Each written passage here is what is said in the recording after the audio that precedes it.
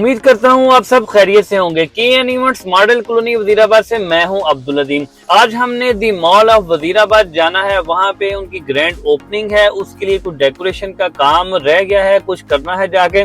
तो चलते हैं, काम को स्टार्ट करते हैं।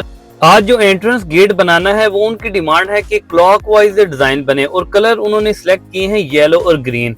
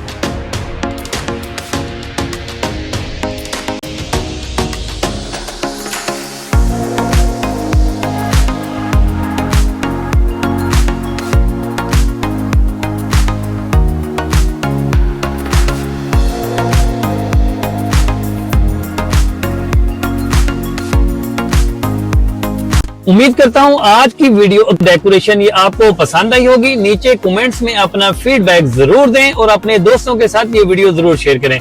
बेल आइकन को प्रेस कर लें। अगर अभी तक आपने इस चैनल सब्सक्राइब नहीं किया उसे जरूर सब्सक्राइब करें ताकि मजीद इंटरेस्टिंग वीडियो ट्यूटोरियल सबसे पहले आप तक पहुंचे। तब तक के लिए मुझे इजाजत दें, मिलते हैं नेक्स्ट वीडियो।